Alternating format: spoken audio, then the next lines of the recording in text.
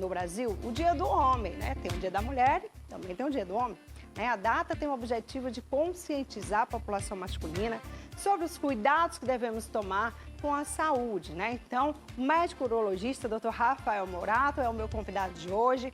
Nós vamos tirar algumas dúvidas sobre vários assuntos aqui de saúde, né, relacionada aos homens. Então, se você estiver aí em casa, deixa a timidez de lado, participa, pergunta, manda a tua pergunta através do nosso WhatsApp também, no 981457570, tá? Manda sua pergunta que o Dr. Rafael está aqui e vai tirar tuas dúvidas, né, Dr. Rafael? Bom dia. Muito bom dia, Paraíba. É um prazer estar aqui novamente. Bom dia, então. Os homens, né, que estão nos assistindo, tem muitos deles que ainda resistem ao urologista, né? Com que frequência, mais ou menos, né, um homem ele deve ir ao urologista no ano? Então, o urologista é o médico que cuida do homem. Esse dia é um dia muito especial, é comemorado o Dia do Homem desde o nascimento, praticamente. Existem urologistas pediátricos, a gente acompanha esse mini-homem, esse homenzinho, quando ele nasce, durante sua adolescência, quando ele vai crescendo até a vida adulta. Quando a gente fala de frequência de ir ao urologista, nós falamos mais do adulto. O adulto deve ir após os 45 anos, anualmente, para exames de rotina. Mas é importante lembrar que o urologista, como médico que cuida da saúde do homem de uma forma integral, e a gente sabe que homem tem dificuldade de ir ao médico, né? A maioria, eles não procuram o médico. Então, quando eles vão ao urologista, acaba que a gente abraça o homem de uma maneira geral, procurando, inclusive, outras doenças, prevenindo outras doenças que não são nem da alçada do urologista. É verdade, gente. Agora vamos lá. Temos várias doenças, né? Também, para que vocês já fiquem ligados aí. E eu queria saber quais são as doenças mais comuns, né? Que acometem a saúde do homem.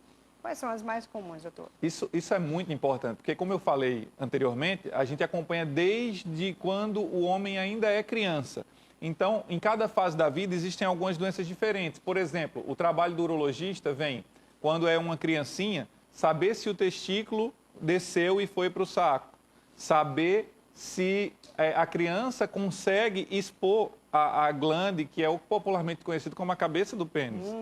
No adolescente, saber se ele tem ejaculação precoce, ou saber, quando ele é um pouco mais adulto jovem, que pretende ter filhos, se ele tem varizes do testículo, que é a chamada varicocele. E no adulto, obviamente, os problemas de próstata são muito importantes.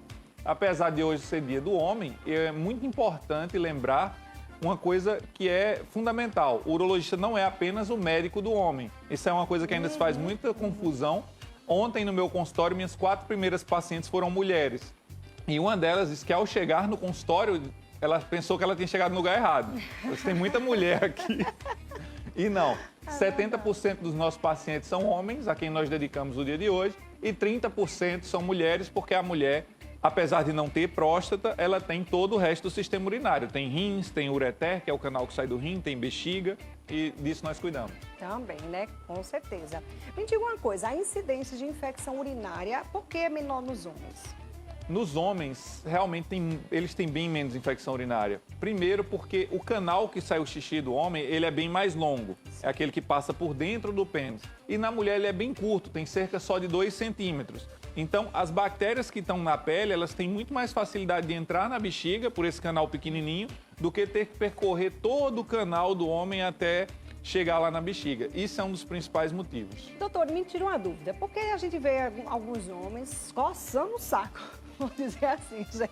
Isso é alguma infecção? É alguma bactéria? É calor? Que danado é, doutor? É alguma doença? Isso não é aquela expressão de quando ele está sem fazer nada, né? É literal, você está sendo literal. Gente, o tempo todo, a gente vê homens que estão o tempo todo. Não, nossa, parece que está com chanho, pelo amor de Deus. É super importante, quando isso vem acontecendo com frequência, realmente procurar o urologista para saber se não tem algum problema de pele que pode estar associado. A região ali da bolsa escrotal, como popularmente você chamou, o saco, é muito comum que o homem, ao longo do dia, o suor, faça com que algum fungo possa se proliferar existe um nome dessa proliferação desse fungo, que chama Tinea cruris. Esse nome estranho é um fungo que fica lá e que é super possível e tranquilo de tratar quando tem necessidade. Pois é, eu já vi. Morro de rir. Eu digo, isso é coisa de homem mesmo, é? Né? Porque né? Tem mulher que também tem essas coisas, viu? Mas mulher porque tem alguma coisa aí errada, viu? Quando ela começa esse negócio aí é porque tem coisa errada. Mas disfunção erétil, né? Pode ser um problema aí futuro ou um problema psicológico, enfim. Isso é muito importante. Cada vez mais nós recebemos, o homem tem se aberto mais a procurar urologista quando tem um problema de disfunção erétil. E isso é muito importante nós quebrarmos esse tabu, porque o homem ele tem uma dificuldade de assumir quando a coisa não está funcionando muito bem. E sobre sua pergunta, se pode ser um problema psicológico? Sim. Em muitas das vezes é um problema psicológico. Homens a partir dos 40 anos, eles progressivamente vai aumentando o número de homens que têm disfunção erétil, dificuldade de ter uma ereção. Para falar bem no popular, porque às vezes fica difícil disfunção erétil. Então, dificuldade de ter ereção. E é muito importante que cada vez mais eu tenho percebido que pacientes jovens vêm ao consultório. Essas pessoas que não eram para ter, pacientes com 20 anos, 25 anos. E o porquê que isso acontece? Na grande maioria, quase na totalidade dos casos, 99%, são decorrentes de problemas psicológicos, ou seja, ansiedade, depressão, e nós sabemos como essa pandemia ela aumentou o número de ansiedade. Os jovens estão cada vez mais ansiosos, porque a nossa vida está cada vez mais imediata, mais rápida. Então, ansiedade, depressão são causas psicológicas de disfunção erétil. Então, esse aqui já é um consultório para as milhares de pessoas que estão nos vendo. Se você é jovem, que você está com dificuldade, jovem 25, 30, 35, até 40 anos e tem dificuldade de ter ereção, é muito importante saber como está a vida psicologicamente, como está a relação conjugal, a relação com a parceira, com o parceiro, porque isso é uma causa bem importante. É verdade, viu? Com quantos anos, mais ou menos, né, o adolescente, ele já tem que começar a ir ao urologista, se prevenir, tomar alguns, né, sei lá, alguns conselhos, alguns cuidados também, porque ele está se descobrindo. É verdade, também, né? é verdade.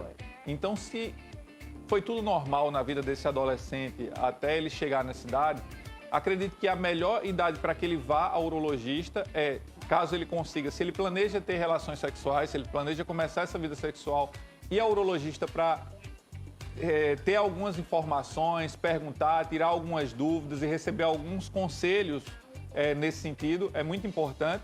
E se ele já começou a ter uma vida sexual ativa, que ele vá ao urologista, assim como as mulheres fazem também, para que, além dessas orientações, se necessário, se faça uma pesquisa melhor sobre as condições de saúde desse jovem.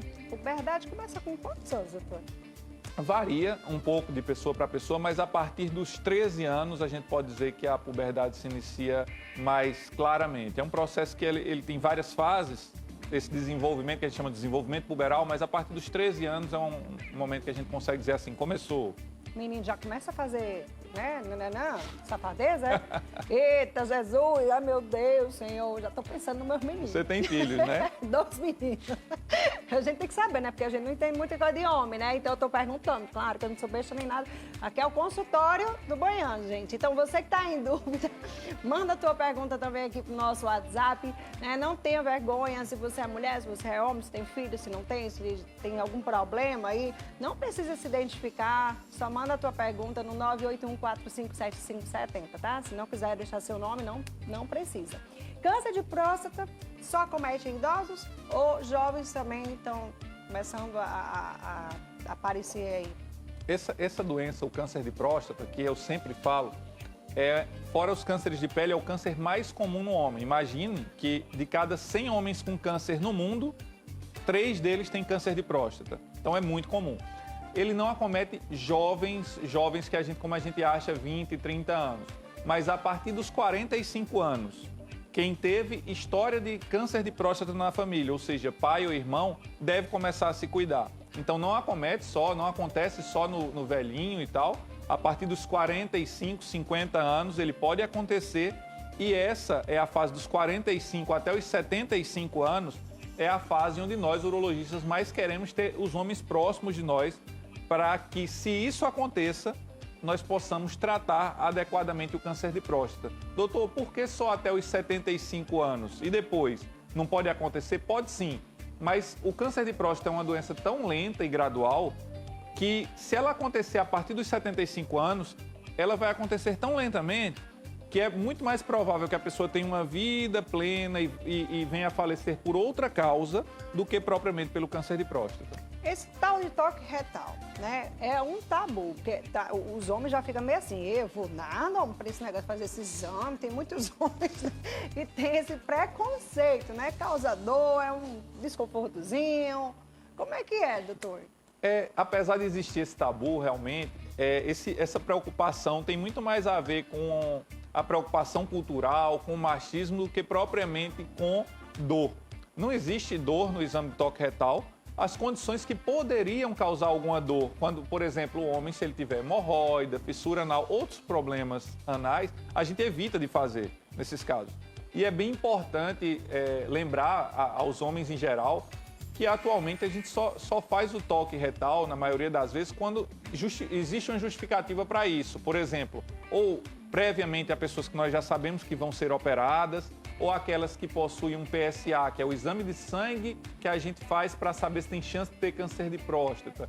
Ele está alterado. Então, muitos homens que vão ao consultório hoje, só com os exames, ultrassonografia, a gente consegue dispensar tranquilamente o toque retal sem chance de ter ficado uma doença escondida lá. Então, não dói. Na maioria das vezes, os homens que vão ao consultório precisam se submeter a esse exame. Quando termina, é só isso, já acabou. Então, o preconceito é muito maior do que realmente a dor, o trauma que isso pode causar. É o bem tranquilo. É verdade. Agora, o libido, né? Tem muita gente, tanto mulher quanto tem homens, né? Que tem um libido um pouco mais baixo. Isso é falta de testosterona?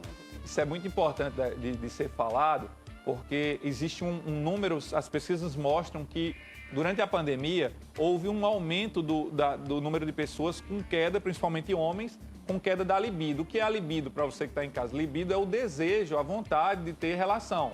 Então, tem muitos homens, e aí alguns que eu estou falando agora em casa vão se identificar, que ele diz assim, eu não tenho mais aquela vontade de ter relação como eu tinha há um tempo atrás, há um ano atrás, há 6 meses, há 5 anos. Então, isso sim, pode ter como causa a baixa de testosterona nos homens, nas mulheres não. Nas mulheres existem outros fatores que isso pode causar. E, nesses casos, é muito importante, se você está sentindo isso, procurar um urologista. A testosterona, ao contrário do que se pensa, ela não é só relacionada à libido, a esse desejo, essa vontade de ter relação. Ela também está relacionada à manutenção da massa muscular do homem, à disposição para realizar suas atividades diárias. Eu sempre falo para o homem que é o hormônio que faz ele ser o leão que sai de casa. Então, e também responsável pela memória, manutenção da memória, proteção cardiovascular de infarto, derrame. Então, é um hormônio muito importante. E como as mulheres há muito tempo já fazem reposição hormonal, é importante que nós realizarmos a quebra desse tabu também. O homem, quando ele fica mais velho, se necessário, é possível sim fazer reposição hormonal e trazer uma melhor qualidade de vida. Muito bem. Eu sempre fui aquela pessoa sem vergonha, né? Eu não tenho vergonha de perguntar não, viu, minha gente? Vocês aí estão tudo aí retraídos em casa, com vergonha de mandar aquela perguntinha, mas vou fazer por vocês, viu? Deixa eu te perguntar uma coisa. A curiosidade, né, que tá aí rolando nas mídias, né, que o cara lá, o cantor sertanejo, ele aumentou o pênis. Conta pra gente um pouquinho como é que é feita essa cirurgia, como é que é isso, doutor? Como é que pode ser feito essa cirurgia? Isso na mídia foi bem... de dentro para fora? Tem alguma coisa a mais lá dentro que possa puxar? Como é isso? Bem interessante essa sua pergunta, porque muitos pacientes nos procuram para perguntar se existe essa possibilidade de aumentar o órgão genital, que é o pênis. E esse caso desse cantor sertanejo foi muito ruim para nós urologistas, pois não existe na medicina uma forma real de criar um aumento do pênis. Ele é do tamanho que é. O que acontece é que, por vezes, provavelmente foi o que aconteceu com ele, a cirurgia que fizeram com ele, alguns ligamentos que seguram o pênis são soltos em uma cirurgia e isso causa a impressão de que ele é maior do que era. Ou até uma plástica que se faz puxando um pouquinho a bolsa escrotal, que é o saco, para trás, dando a impressão que o pênis é maior que é. Mas não existe, isso é bem importante de quebrarmos esse tabu, não existe uma cirurgia para aumento do pênis. O que se faz são artifícios cirúrgicos para aparentar isso, ele continua do mesmo tamanho. E cirurgias para um leve aumento são guardadas apenas para crianças que têm uma doença chamada micropênis, que é muito pequenininho, realmente. Então, nesses casos, é possível fazer. Essa história aí, realmente, eu acho que ele enganou a paciente. O pessoal falando que saiu uma parte do órgão que fica lá dentro, que puxa. Como assim, gente? Eu tô querendo entender isso, né? Mas ainda bem que a gente está aqui com um especialista no assunto para explicar melhor, né, essa história. Conta pra gente só, eu tenho mais umas duas perguntinhas, tá, Janaína? Rapidinho. A ejaculação precoce, com quantos anos mais ou menos a gente sabe se essa pessoa tem e como tratar ela para que no futuro adulto, né, melhore, controle? É bem importante se o homem que percebe que tem esse problema, e muitas vezes a mulher percebe que quer ajudar e o homem que resiste. É muito importante ser tratado o quanto antes, porque com o tempo só piora. Ela pode acontecer em qualquer idade. Normalmente está relacionada a algum trauma, alguma condição no início da vida sexual dessa pessoa. Então, se você, durante as relações sexuais, tem ejaculação que acontece em 1 minuto ou 2 minutos, isso é ejaculação precoce, principalmente se isso acontece a maioria das vezes. E há tratamento. Então, se é 1 minuto ou 2 minutos, geralmente isso é ejaculação precoce. O tratamento tem medicações, auxílio psicológico e orientações que o urologista dá no consultório. Existe uma coisa que os homens fazem, uma técnica, né? Que os homens fazem para segurar na hora da relação a ejaculação por várias vezes para que dure mais tempo, né? Sim. Como é que se chama mesmo esse nome, essa técnica aí? A gente chama de start-stop. Isso, que dá aquela parada na hora do... Como é que consegue segurar, gente? Será que consegue? Isso, inclusive, isso é bem interessante. É uma das técnicas que a gente ensina no consultório para que o homem que tem ejaculação precoce, ele consiga ter uma relação mais duradoura. Então, é algo que não traz nenhum malefício, não traz nenhum mal para a saúde do homem, né, a saúde sexual. E para quem tem ejaculação precoce, essa dica da nossa doutora foi excelente. E pode iniciar. É bem top, é bom, viu, minha gente? Eita, olha só. Mas olha, doutor, mais uma pergunta que eu queria fazer, que era em relação também, já desde criança, que a gente sabe que os meninos, né, desde criança, ou até as meninas mesmo, tem algum exame, alguma coisa que detecta, que diagnostica que a criança, ela, por exemplo, vai ser infértil. Tipo assim, não tem esse negócio da fertilidade? Isso, a fertilidade. Como é que sabe isso? A fertilidade, nós normalmente guardamos esse estudo da fertilidade para realmente quando aquele adulto jovem, que é normalmente a fase onde se deseja ter filhos, que ele existe, se 1 ano de tentativa, após 1 ano de tentativa de ter filhos sem sucesso, aí nós começamos a investigar a questão da infertilidade. Para crianças, adolescentes, normalmente a gente não se preocupa muito com isso. Espera que se chegue até a vida adulta, que se tente ter filhos para que, caso não consiga, a gente venha fazer. Por quê? Porque a grande maioria, a imensa maioria das pessoas tem fertilidade normal. Então, para os homens que não conseguem ter filhos, que estão tentando há mais de 1 ano, sem sucesso, a esposa deve ir ao ginecologista e o homem deve ir ao urologista realizar um espermograma, um ultrassom do testículo para saber se tem dilatação de veias, etc. E aí a gente poder dar o cuidado adequado. Muito bem. Tá aí. Obrigada, doutor. Foi ótimo o nosso bate-papo de hoje. Eu espero que tenha esclarecido para você, que ficou com vergonha de mandar sua mensagem aqui, sua pergunta, né? Eu acho que eu já fiz todas as perguntas aqui que eu pensei. Tem mais alguma coisa que eu não perguntei que é interessante, que as pessoas chegam no consultório e perguntam e tiram aquela dúvida? É tão rico de perguntas que às vezes fica até difícil de nós lembrarmos aqui. Mas acho que a gente fez um apanhado muito bom das principais dicas. Eu perguntei bastante coisa. Fizemos aí o nosso presente para o Dia do Homem, o consultório aberto aqui no Manhã da Gente. E é um prazer muito grande participar mais uma vez com vocês aqui na TV Araponga. Arrasou. E olha, gente, já temos aí o ganhador, né, Janaína?